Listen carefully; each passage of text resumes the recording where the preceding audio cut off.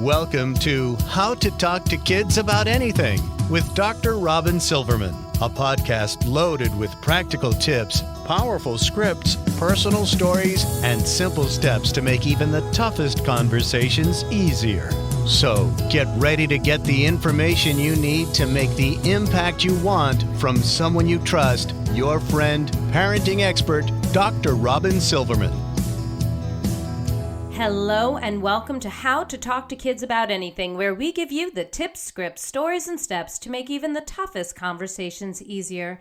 I'm so thrilled to be your host, Dr. Robyn Silverman, child and teen development specialist, author, and speaker, and most importantly, parent of two great kids who keep me loving, learning, and growing every single day, whether I want to or not.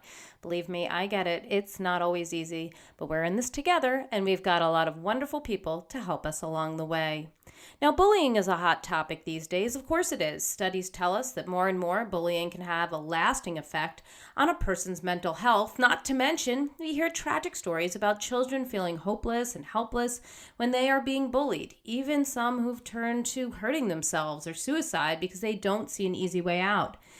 As a person who was bullied during my 5th grade year, I can relate to feeling so frustrated and upset and misunderstood and stuck and overwhelmed and targeted while I was being bullied. And I vowed that I would do whatever it took to help young people to feel confident in their own skin, speak up when they see something is not right, and help the adults who love kids to know some tips and scripts to be helpful when a child is indeed being bullied, like myself and maybe your child or many other children that we know and love.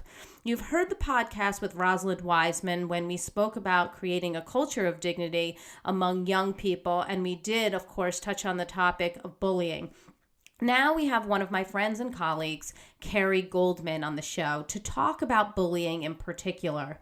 Carrie Goldman is an award-winning author of Bullied, what every parent, teacher, and kid needs to know about ending the cycle of fear. Bullied has received a National Parenting Publication Award and a Mom's Choice Award, both at the gold medal level, for excellence in educational skills and tools. Carrie has also written for such publications as the New York Times, CNN, Psychology Today, and the Huffington Post. She's made appearances on everything from NPR to BBC to MSNBC to CNN and Fox. In addition to her expertise in bullying dynamics, Carrie writes one of the nation's premier adoption blogs, Portrait of Adoption, which has followers in more than 45 countries.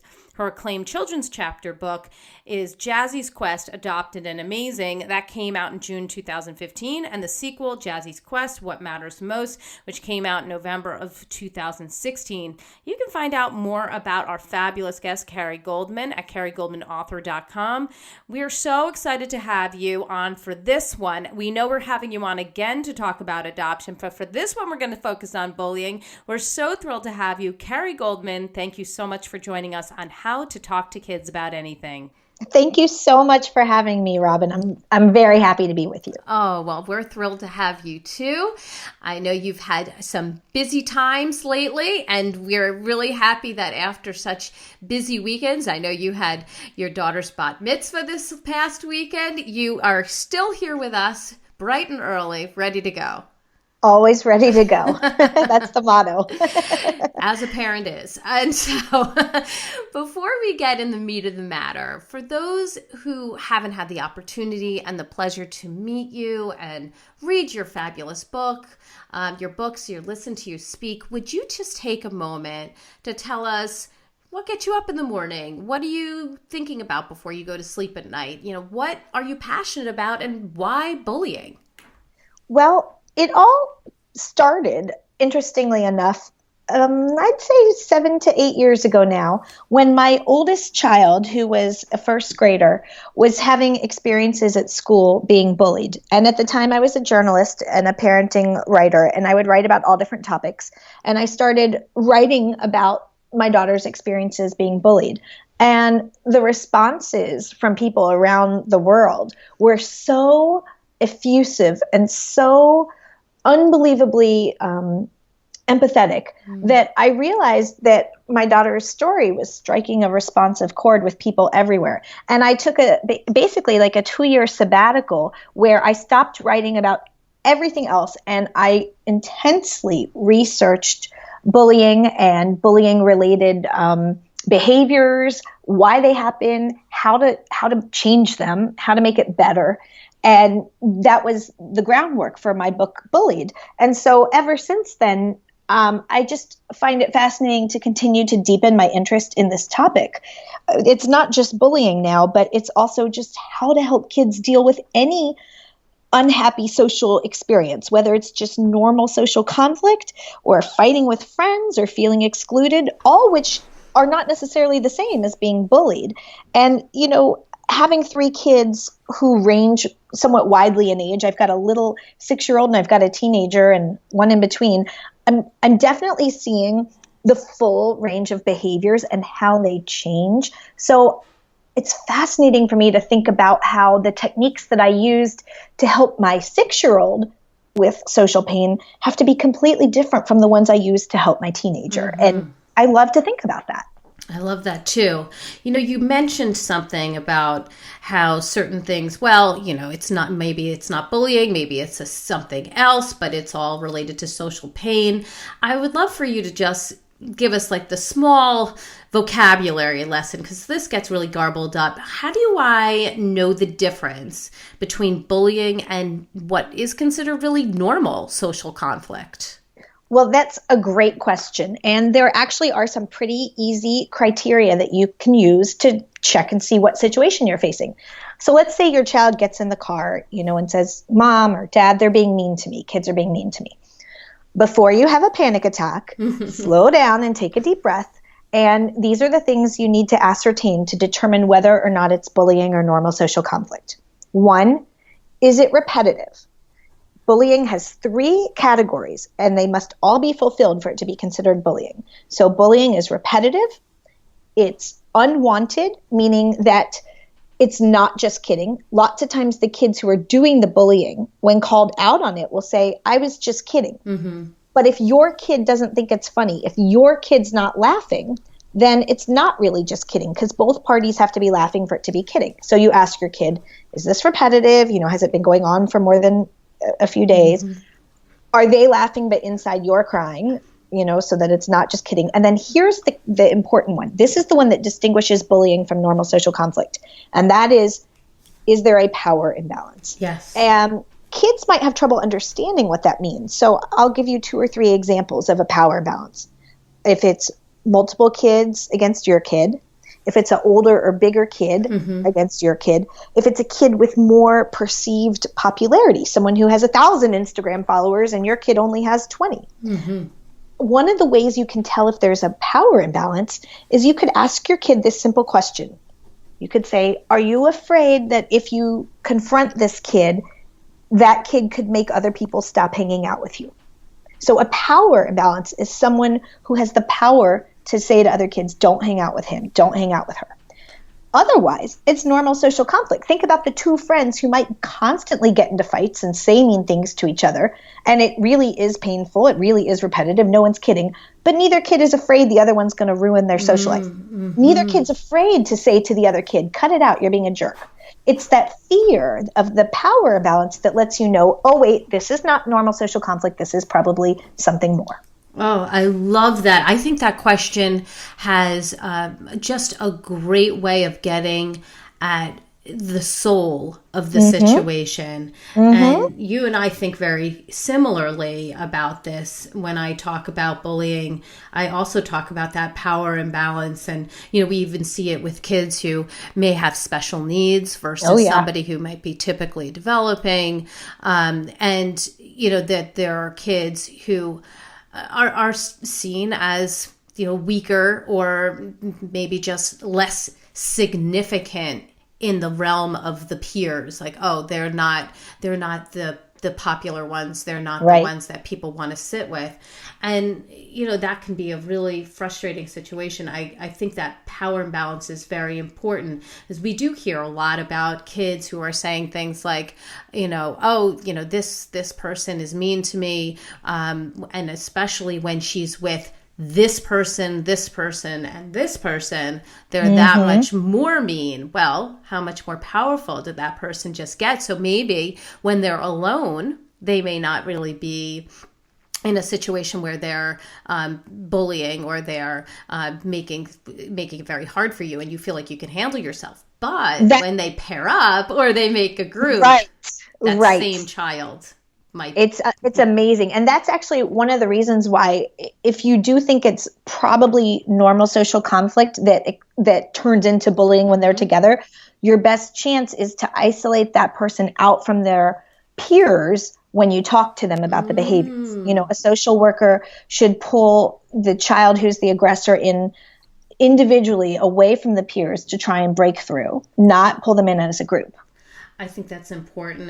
And being somebody who was bullied when I was younger, they did not do that. And it was incredibly painful my entire fifth grade year, feeling like everybody was sort of put in the same boat when it was not. She was the captain of the ship and really needed to be talked to separately. One of the main reasons why I really got into this topic and find it as interesting as you. Why don't you take us through the steps? Let's say your child does admit to you that, somebody has been repetitively, in a very unwanted fashion, and the power imbalance is active, and they feel like they are being picked on, teased, but ultimately it's really the definition. It's bullying. Now, what are you going to say or do? Well, the first thing you should always say, no matter what, is thank you for telling me. Right. Thank you for coming to me with this, because there is such a culture of silence around getting help and such a fear of retaliation. And there are also many kids who are afraid to tell their parents because they think the parents are going to fly off the handle. I'm going to call that mom and give them a piece of my mind. I'm going to call the school and give them a piece of my mind. And that child will often not tell you if they're afraid that your response is going to be super emotional. So you want to start with just a thank you. Thank you for telling me that you're having this experience. Thank you for sharing this with me so you're not so alone. Right. The second thing you want to say, and it's really important that these two messages go out initially. The second thing you want to say is, you don't deserve this. Oh, yeah. This is not something you deserve. Because what happens is a child who is being bullied starts to internalize the message, and they start to think, why is this happening to me? It must be because I did something. Right. I must have done I must be too fat, or I must have been socially awkward, or they start to try and justify this behavior that's happening. And so the only thing that makes sense is to think, well, I must have done something. So the really important message after thanking them is telling them right off, you don't deserve this. Now, this is particularly important if you have a child who has behaviors that are aggressive or are socially different. Wow, so that's really powerful. Yes. And the reason I say that is that there are lots of kids who might be either on a spectrum or have ADHD or who lash out. And so they get the message from people, you're being mistreated because you're different. You're being mistreated because you're annoying. Yes. That's a classic one. You're being mistreated because you're annoying. So here's what you want to say to that child. You want to say to that child, even if your behaviors irritate someone else, your behaviors that often you can't help because they're part of who you are, that does not mean you deserve to be purposefully mistreated by others. And we have to make that clear. You are not being bullied because you are annoying. You're being bullied because other people are choosing to be unkind. And we want to make sure children understand that. I like that. I like that there's a choice involved, that you're stressing that, one, your behaviors are not a choice in this situation and that we're talking about. And secondly, that those people who are choosing to bully you are making a deliberate choice. And that's really an important distinction. And I do think that people get that message. You have some really important things to say here. One is really based on bravery, and the thank you for coming to me, because it takes a lot of bravery and courage to admit that it's happening and to say, this is too heavy for me to hold alone. And the second thing I think really important, that you're worthy of kindness. You're not somebody who should be mistreated simply because somebody else finds your behaviors irritating. That's not, you're not making the choice to be irritating, and they are making the choice to be mean. And that doesn't mean that we don't want to work with our kids on changing those behaviors to make them pro-social. But as I say, everybody sort of has to work on it together. So let's say you have a child whose behaviors are annoying. While you're helping that child work on more pro-social behaviors, you need to teach the other kids how to say something such as, when you stand so close to me and talk loudly in my face, I find it difficult to focus, as opposed to that child saying, get out of my face, you loser.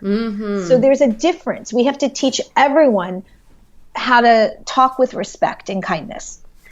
Yes, I had recently spoken with some other people about these kinds of issues. And one of the things that one of my colleagues who's also on a podcast, Wendy Young, she's telling us to talk about a bug and a wish. She says, you say, it bugs me when you speak so closely to my face. I wish you would stand a little bit further from me when you want my attention. And we use that in my house. But I think that that's an important thing here, that in this circumstance when somebody is irritating you, and this is a life skill. I mean, this is not just for bullying, right? This is any time that you're able to say it in a way that doesn't demean the other person, and provides them with the social knowledge that what they're doing is maybe infringing on your personal space or making you feel uncomfortable. I really think that's you've hit the nail on the head there, and that's really an important piece.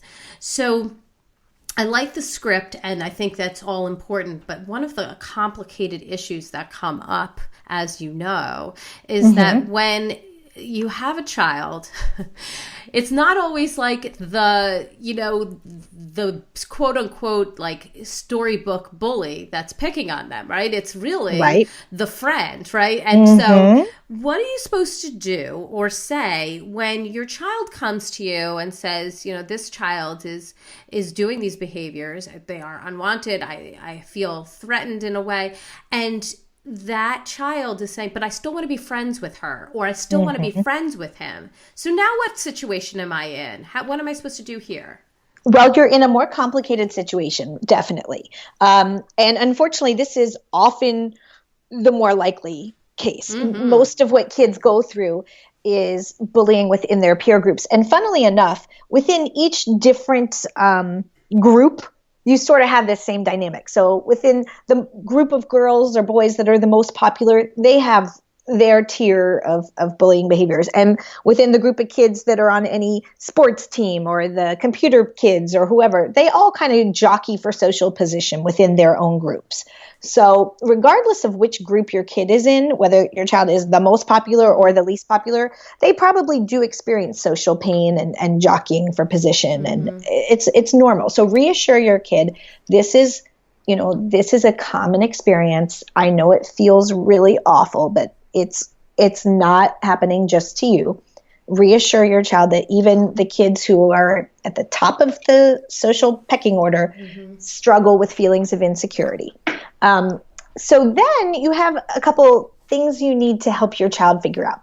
One is whether or not the person that they want to be friends with is a friend that provides them with the qualities that a healthy friendship has. So there's a great chart that Trudy Ludwig, who wrote My Secret Bully, that she made, and it's called the Good Friends, Bad Friends chart. And I included it in my book also. And basically, if your kid is saying, I really want to be with this person, but they don't want to be with me, you want to ask your child, well, when you're with that kid, do you feel welcome? Or do you feel like you're just standing on the fringes hoping to be included?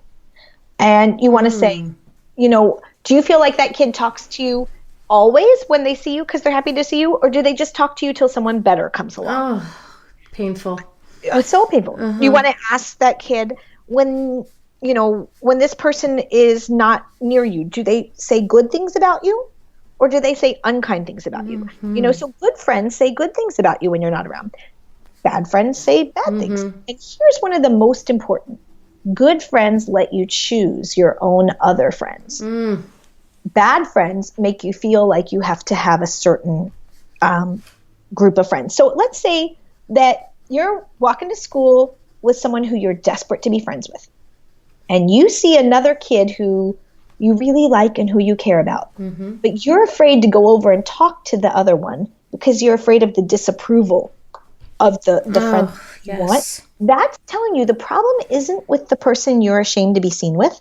The problem is with the person who's giving off the vibe, you can't be friends with that person. Right. So you want to teach your kid how to assess these things. Finally, if your child determines, the truth is that I want to be friends with this person, but he or she really doesn't want to be friends with me, you have to remember that relationships are always at the level of the least involved person. So if you want to be best friends with someone and that person doesn't want to be best friends with you, you're not best friends. If you want to be dating someone and that person doesn't want to be dating you, you aren't dating. You always have to go to, you always are at the level of the least involved person. So if you find that you have a real imbalance, that your attraction, and I don't mean romantically, but I mean as a friend, if your attraction level to someone does not match their attraction level to you, as painful as it is, you cannot change that. You cannot make someone want to be with you more than they do. And so your best bet at that point is to go and look for friends who do match your attraction and interest level. Oh, I've just been sitting here writing and starring things that you've said.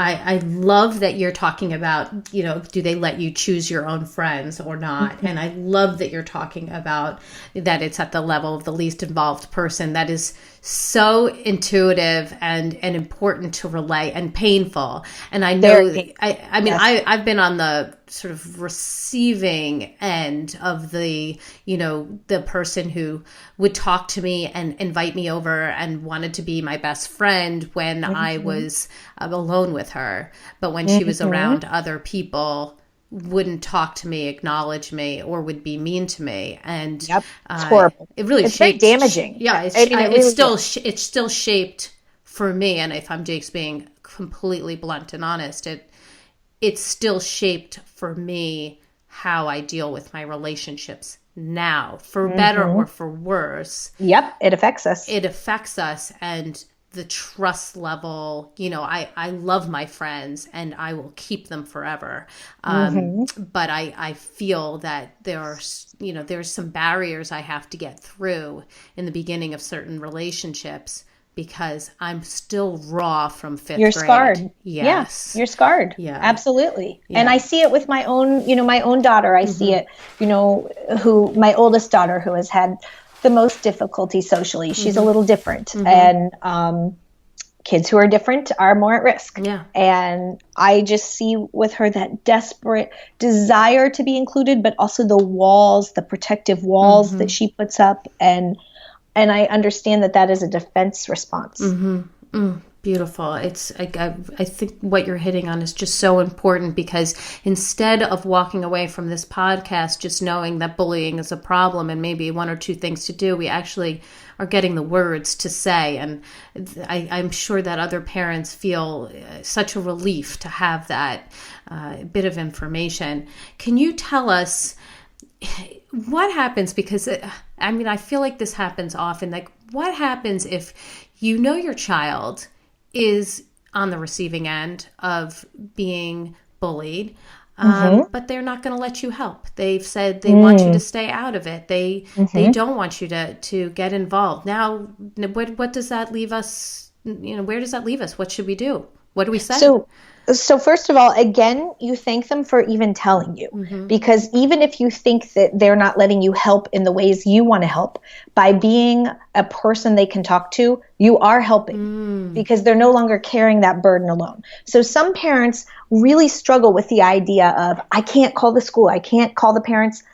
What you have to understand in that case is just by saying, talk to me, you're easing your child's burden. So you are already helping, and you're doing something right if your kid is even telling you about this, because that means your kid is seeing you as someone to confide in. So good job right there.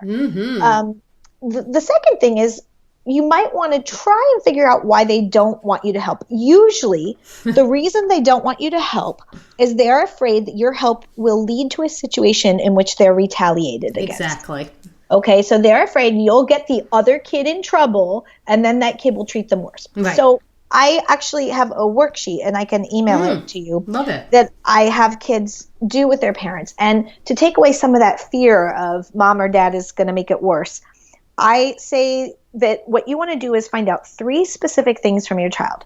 You want to, before you decide whether or not to like make a report to the school. The first thing you want to ask is, what are the specific behaviors that are happening to your child? Mm-hmm. So instead of just calling the school and saying they're being mean to my child, you want to be able to say, at lunchtime, when she puts her tray down at the table, everyone else picks up their tray and walks away.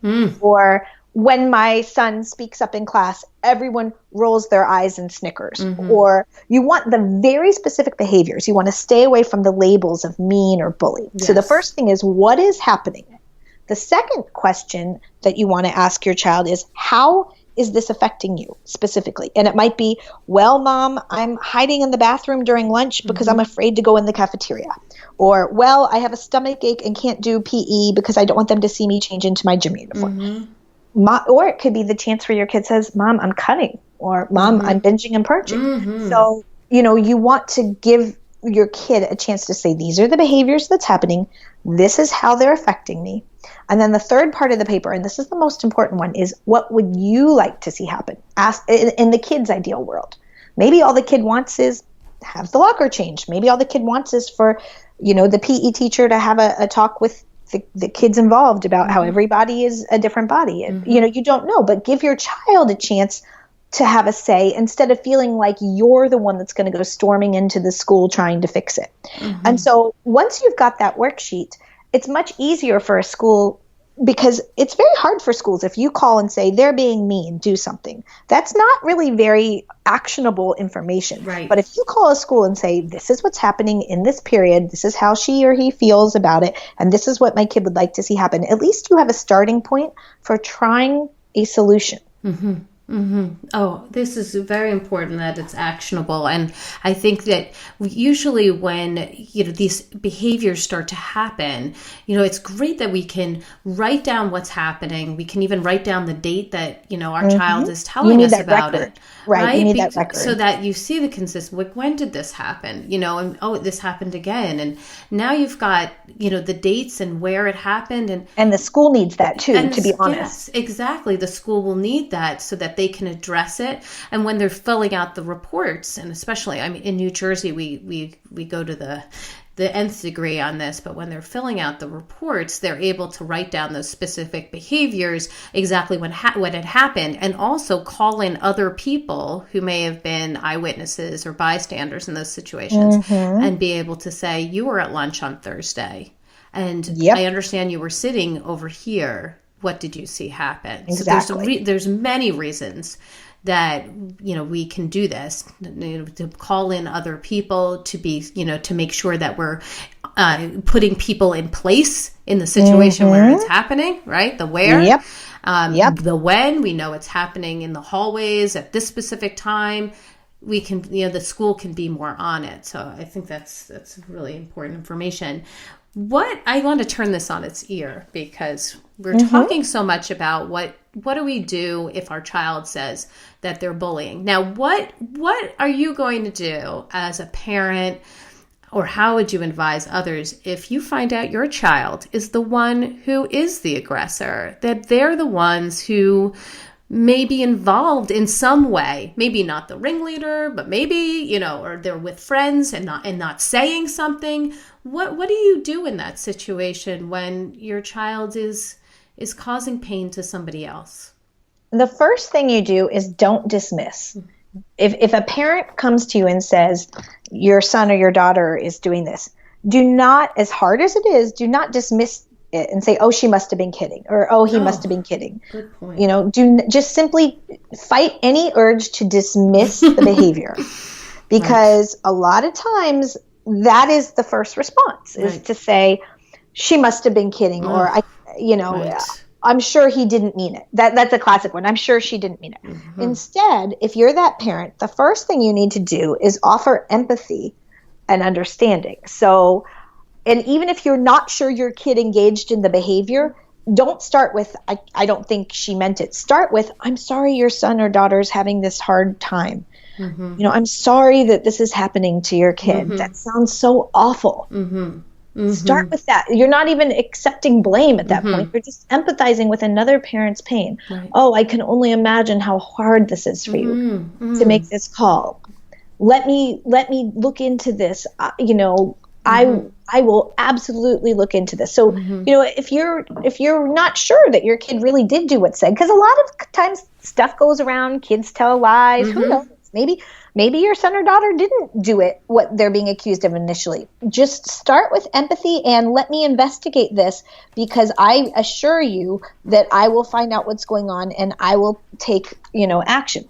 The second thing is that when we have any kind of bullying situation, a punitive response is going to just make an angry or hostile kid more angry and more hostile, and will not make that kid feel any differently towards the target. Mm-hmm. So if there's, for example, cyber bullying behaviors, if your very first response is, you've lost your phone for the next month because of this, all your kid's going to do is be even more angry at the person who made the report. So what we try to focus on instead are asking kids to do a restorative response. Find out, if it was a cyber activity your child did, and maybe your child sent a rumor to all these different people, instead, have your child reach out and contact those people and say, hey, I learned this wasn't true. I'm sorry I started it. Or have your child reach out to the kid who's being ostracized and targeted and, invite that kid to sit with him or her at lunch.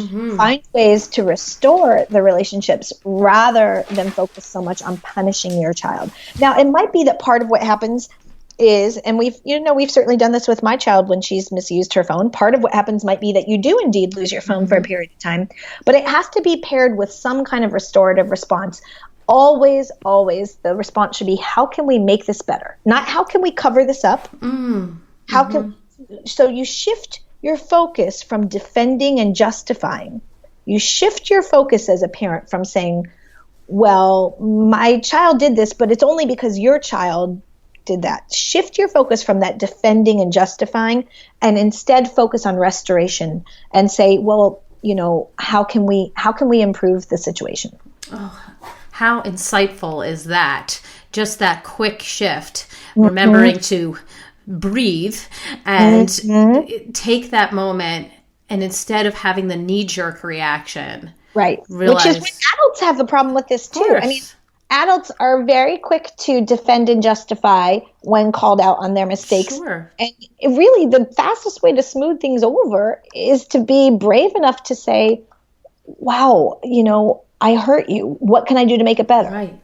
Not even to say, I didn't mean to hurt you. I shouldn't, don't take it that way. Because that's sort of a victim blaming response, a you're too sensitive response. That, oh, you shouldn't take it that way. It's not what I meant. Even that doesn't work well. All you need to say is, I certainly never meant to hurt you. How can I make you feel better? Okay. Oh, this is really helpful. So tell us, out of all of the things that we've talked about, or maybe you haven't even mentioned yet, what is the absolute one tip? This is our quick tip area. Like, what's that one tip that you absolutely feel like somebody should say or do when it comes to talking to your child about bullying? What would it be? I think the number one tip is, when you talk to your kids, you start off by saying to them, most kids, by the time they come to an adult for help with bullying, it's been going on for a very long time. And the reason they don't come for help is because they're afraid of being seen as weak or a tattletale. Usually the kids who ask for help are shockingly strong because they've been enduring this pain for God knows how long before they asked for help. So what you want to tell your kids is, you'll never make your situation worse by getting help sooner. If you're struggling, even if let's say it is just normal social conflict. And in normal social conflict, we didn't get a chance to really discuss this, but in normal social conflict, the best thing a parent can do is hang back a little, because there is no fear of the power imbalance. You can offer support, you can offer ideas, but you really do want to send your child back to be the one to talk to the person they're in conflict with. So even if it's just normal social conflict, you want to say, hey, it'll never hurt you to come talk to me sooner and bounce things off of me. If it's bullying, then it's different. You don't hang back and you don't send your kid back into the situation because someone is being victimized in bullying. And that's the difference between social conflict and bullying. Both can be painful, but in bullying, someone is being victimized, and it's a very different dynamic. Mm-hmm. So you just want to get out the message to your kids. Hey, if you're hurting, you can never make things worse by coming and talking to someone sooner. Mm-hmm. So would you say that there kind of needs to be a pre-conversation? If your child is not involved in a situation right now where they're being bullied or they're involved with some kind of social aggression, that you can have a conversation with them right now, when they get home from school, about being that person for them. That, that if they're ever in a situation where they feel like they're being victimized, or they just want to talk something out, that you are there for them, that this is something you can talk about right now.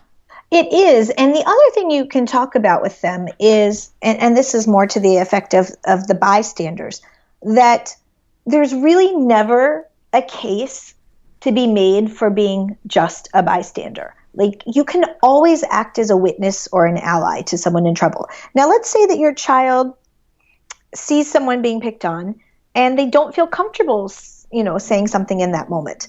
That's okay. You can still act as a witness or an ally by letting, a teacher at the school know what's happening, even if you do it anonymously, by sending a text later, hey, I saw what was going on, can I help you? By checking in with someone. So if you see it happening and you just say nothing, that's the only unacceptable response. Mm-hmm. We want to empower our kids from an early age, so that if you see someone being mistreated, you support them. And one of the mistakes we make actually as a society is that we think standing up to bullying often means confronting or attacking the attacker. Mm-hmm. But the best way to stand up to bullying is not to attack the attacker. It's not to go and tell that person, you're a bully, you're mm-hmm. mean, you're terrible. It's actually to go and flood the target with support. Mm-hmm. It's to say, you're valuable, you're okay, you matter. Yes, right, because then you're giving the attention really where it needs to be, right? You're giving the support and the attention. When you go to the bully, they feel more powerful, right? They're feeling you want to teach even your preschoolers. Someone's being picked on the playground at preschool. Instead of shoving the bully and saying you're mean or you can't play with us because you're mean, go to the person who's crying because their tower was knocked down and say, can I help you rebuild it? Be a fixer. Yep. Okay, I like that. And I think that it's great that you can do that as young as a preschool age. You can, and we can do that as old as we are, right? Well, it's funny because when I first was, years ago when I first started doing this, I remember my girls who were younger than would have fights, and I'd hear one of them say, I'm going to tell mom, and the other one would say, well, this is just normal social conflict, so she's just going to tell us to work this one out. Love it. Even the littlest of children can learn the language. Yes, and it just goes to show you that if you talk to your kids, then you provide the scripts, they actually adopt your scripts and start talking about it themselves. Right. I love when my kids start to sound like me. I'm like, I say that. Wait a second. Yes, mine do definitely sound like me too. That's awesome. So, resource of the week. So, how can our listeners find out more about you and how you can help parents and children succeed in this area of bullying? How can they get more information? Well, I have my website, which is www.carriegoldmanauthor.com. Mm-hmm. or they can, just put Carrie Goldman, Carrie, Goldman into Amazon to find my books. I'm also very responsive to emails. It's carriegoldmanauthor.com. So just, reach out to me. I try to be as responsive as possible. Oh, this is terrific. I'm sure a lot of people will be getting in touch with you because you had so many really important pieces of information. And I think at the end of the day, what you do is you're providing the parents with a feeling of knowledge, a feeling that they know what they can do and that they can handle this, that they're not alone in this. A lot of people are doing this, but that they have the power to help their child when you feel so helpless in this situation. Yep. Yeah. So thank you so very much for joining us today. I think you've really given us a lot to think about, us clear and easy takeaways and some really specific scripts and conversation starters that we can use with bullying, any type of bullying situation. I loved what you said about the need to allow your child to feel comfortable coming to you. We know that children believe that they sometimes don't have 3 adults to turn to in a time of need or challenge, and we really need to step up and say, I am one of those 3 and you can always come to me. I think you've really underscored that today. Great. I'm so glad that it's been helpful. Oh, it's monumentally helpful. And I've written several pages of notes, which I'm going to make available to other people. And they can look that up when I put this up onto iTunes. And I just want to say thank you again for joining us today. I've got my takeaways, and all those people listening, I can't wait to hear about yours.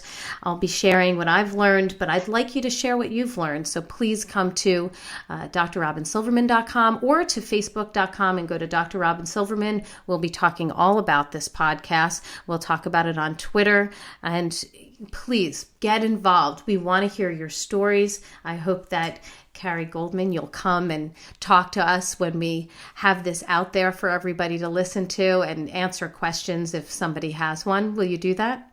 I'd be happy to. Oh, that's terrific. Thank you. And for all of you who are listening out there, thank you so much for tuning in. And what I hope you will do is, if you love this podcast like I did, I hope you'll go up to iTunes, rate, review, and share it away, because other people could use this information. Pass it on to a friend, pass it on to a family member who then could pass it on to children who might be in need or teens that might be in need. You might be a lifeline. You might be providing them with just the information they need at just the right time. And I can't tell you how much I appreciate you sharing it. That's all the time we have for today, my fellow parents, leaders, and educators. Thank you so much for joining us on How to Talk to Kids About Anything. For more information on books, articles, speaking engagements, or curriculum, please visit drrobynsilverman.com. I look forward to weathering the storms and enjoying the sunny side of life together. And please remember, even on the days when you feel like you fall short, you've got this. You're here, you're getting the information you need, and you didn't do it the first time. That's okay. Never forget there's always tomorrow. Parenting is the ultimate do-over. I see you. I'm right there with you. And as there are moments when we doubt our know-how, our choices, and our sweet sanity, please know that you are 10 times the parent you think you are. You really are. Until next time, this is Dr. Robyn Silverman with How to Talk to Kids About Anything. Please tune in again and keep connecting through conversation. See you next week.